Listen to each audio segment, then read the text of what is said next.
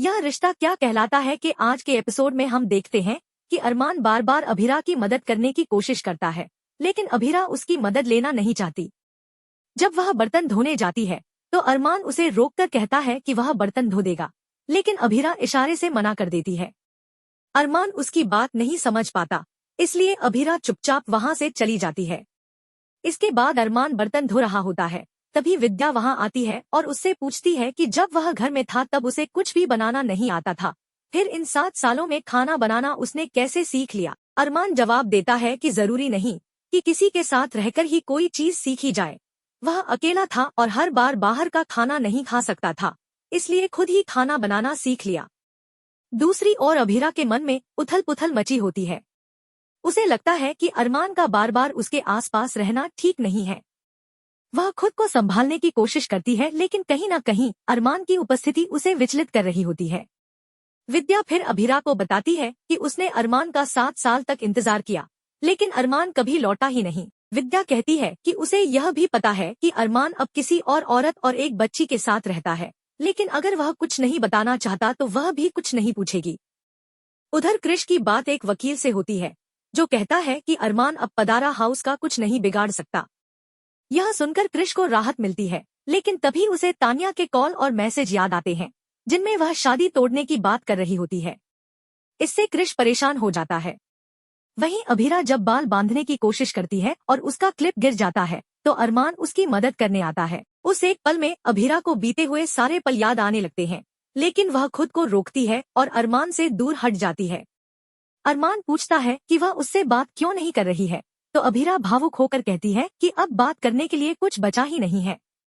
वह कहती है कि अरमान ने गीतांजलि और उसकी बेटी को अपनाकर प्रपोज कर दिया, सगाई हो गई, अब बस शादी बाकी है। उसकी जिंदगी में अब अरमान का कोई हक नहीं है। वह कहती है कि वह किसके साथ है, किसके साथ नहीं है, ये जानने का अब अरमान को कोई अधिकार नहीं है। अभिरा कहती है कि अरमान अब उसके लिए सिर्फ एक अजनबी है और वह नहीं चाहती कि वह उससे कोई सवाल पूछे। उसने 7 साल कैसे बिताए, ये अरमान ने कभी जानने की कोशिश भी नहीं की, क्योंकि वह तो बहुत पहले ही मूव ऑन कर चुका था। मानसिका गुस्से में बड़बड़ाते हुए कहती है, कम से कम पोखी के बारे में तो सोचा होता। अपनी पोखी की जगह भी तुमने किसी और को दे दी। गीतांजलि को अपनी बेटी बना लिया और मेरे बच्चे का क्या, उसके बारे में कभी सोचा भी नहीं। छोड़ो हमारा नहीं, मेरा बच्चा, उसे भी नहीं लौटाया। ये तुमने ठीक नहीं किया अरमान। वह गुस्से में अपना सामान समेटने लगती है, किताबें और बाकी चीजें पैक कर रही होती है। तभी अवेरी और विद्या चिंतित होकर पूछते हैं, बेटा तू कहाँ जा रही है। मानसिका झूठ बोलते हुए कहती है, कहीं नहीं माँ, बस काम के सिलसिले में जा रही हूँ। लेकिन विद्या उससे सच्चाई जानना चाहती है, बेटा साफ बता। तो मानसिका कहती है, मैं डॉक्टर शास्त्री से मिलने जा रही हूँ, उनका अपॉइंटमेंट बहुत मुश्किल से मिलता है। इसके बाद वह दरवाजा बंद कर रोने लगती है। सोचती है कि अरमान से वह कितना प्यार करती है, लेकिन उसने उसके साथ कितना बड़ा धोखा किया। दूसरी तरफ अरमान भी रो रहा होता है। उसे समझ आता है कि अभिरा ने सब कुछ गलत समझा है, लेकिन अब वह यह मिसअंडरस्टैंडिंग कैसे दूर करे। वह सोचता है कि क्या उसे मायरा का सच बता देना चाहिए, लेकिन डरता है कि कहीं अभिरा उसे गलत न समझे। इस बीच कृष अपनी माँ काजल से गिड़गिड़ाकर माफी मांग रहा होता है और उसे तान्या से बात करने को कहता है। मुझे उससे कोई शिकायत नहीं, बस वो घर में रहे, प्लीज माँ। उधर तान्या अपने भाई अंशुमान को कॉल करके बताती है कि वह अभी शादी नहीं करना चाहती। अंशुमान फिक्र करता है कि कहीं कृष ने कुछ किया तो नहीं, लेकिन तान्या समझाती है कि अभी सब जानना जरूरी है, कुछ भी गलत हुआ तो वो खुद बताएगी। वहीं अरमान की मायरा से कॉल पर बात होती है। मायरा खुश होकर बताती है कि आज वह टीचर स्टाफ रूम में गीतांजलि मम्मा के साथ थी और बहुत मजा आया। पापा, सच में बहुत अच्छा लगा। दादू भी बोले माम बेटी आ गए, जल्दी आओ ना, हम घूमने चलेंगे। अरमान उसकी बातें सुनकर भावुक हो जाता है। तभी वह पीछे मुड़कर देखता है और देखता है कि अभिरा खड़ी है, आंखों में आंसू और ढेर सारे सवाल लिए। वह कॉल रखकर सोचता है कि क्या अब जाकर उससे बात करनी चाहिए, लेकिन समझ नहीं पाता कि कैसे समझाए कि मायरा ही उनकी खोई हुई पोखी है। वो जानता है कि अभिरा अब मायरा को गीतांजलि की बेटी मान चुकी है, लेकिन क्या वो ये सच्चाई समझ पाएगी।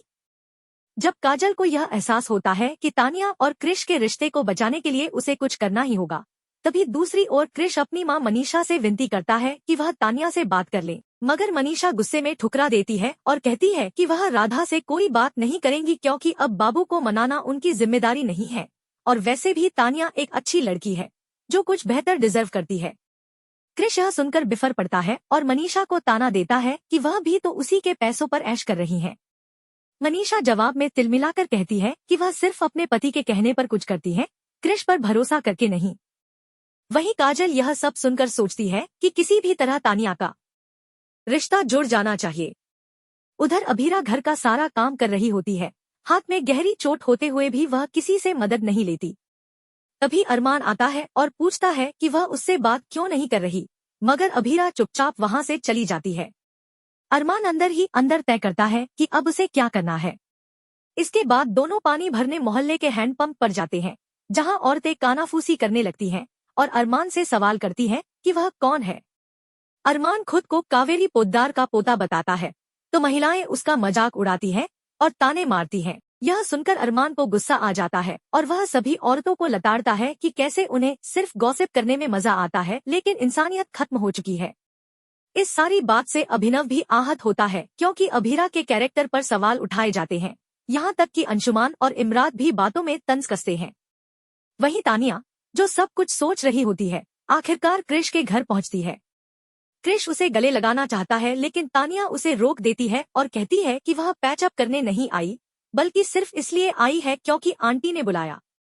वह मनीषा से पूछती है कि क्या उसे कृष को माफ कर देना चाहिए। मनीषा थोड़े नरम स्वर में कहती है कि यह फैसला तानिया का होना चाहिए क्योंकि आगे चलकर शादी उसे ही निभानी है और वही तय करे कि क्या सही है और कैसे उसे संतुलन बनाना है। काजल ताई से बातचीत करते हुए समझाती है कि देखो बेटा, पति पत्नी के बीच थोड़े बहुत झगड़े तो होते रहते हैं, लेकिन इसका मतलब ये नहीं होता कि रिश्ता खत्म कर दिया जाए। अब मुझे और कृष के पापा को ही देख लो, कितनी बार झगड़े हुए लेकिन हमने कभी अपना रिश्ता नहीं तोड़ा। मनीषा और मनोज के बीच भी लड़ाइयाँ हुई पर उन्होंने भी रिश्ता नहीं छोड़ा। ताई धीमे स्वर में कहती है, मुझे पता है कि ये सब अच्छा नहीं लगता, लेकिन अब आदत डालनी पड़ेगी ना अच्छा लगने की भी। दूसरी ओर अभीरा और अरमान जब मिलकर पानी भरकर ला रहे होते हैं, तभी अचानक गुंडों की टोली वहां आ जाती है और अभीरा की स्कूटी का कांच तोड़ देती है। ये देखकर अभीरा को गुस्सा आ जाता है और वह उन गुंडों को डांटते हुए कहती है कि आज के बाद इस मोहल्ले के आसपास भी नजर मत आना। गुंडे उसकी बातों पर हंसने लगते हैं, लेकिन अरमान अब और बर्दाश्त नहीं कर पाता। वह एक एक करके सभी गुंडों की पिटाई कर देता है और सोचता है कि मैं बस इसी मौके का इंतजार कर रहा था कि कोई हाथ उठाए ताकि मैं उन्हें सबक सिखा सकूं। इसके बाद अभीरा का सारा गुस्सा अरमान पर निकलता है। वह कहती है, तुम्हारा इसमें क्या काम था? 7 साल पहले जब हमें जरूरत थी तब तो तुम थे नहीं, अब क्यों मदद करने आ रहे हो? तब क्या हम मर गए थे? अब जब हमने खुद को संभाल लिया है तब तुम्हारी मदद की जरूरत नहीं। तुम हमारे लिए अब सिर्फ एक अजनबी हो और अजनबियों को न कोई जानकारी दी जाती है और न ही उनकी मौजूदगी की जरूरत होती है। विद्या उसे समझाने की कोशिश करती है, बेटा वो तो तुम्हें मान दे रहा है, लेकिन मायू बीच में बोल पड़ती है, नहीं मम्मी, वो कोई मान नहीं दे रहा, सिर्फ दिखावा कर रहा है। तभी दादी साहब को भी गुस्सा आ जाता है और वो अरमान से कहती हैं, तुम क्यों लौटे उसकी जिंदगी में? तुम्हारी वजह से वो घुटन महसूस कर रही है। तुम उसे देखकर सोचते हो कि सब ठीक है, लेकिन वो खाना नहीं खा रही, कुछ भी नहीं कर पा रही।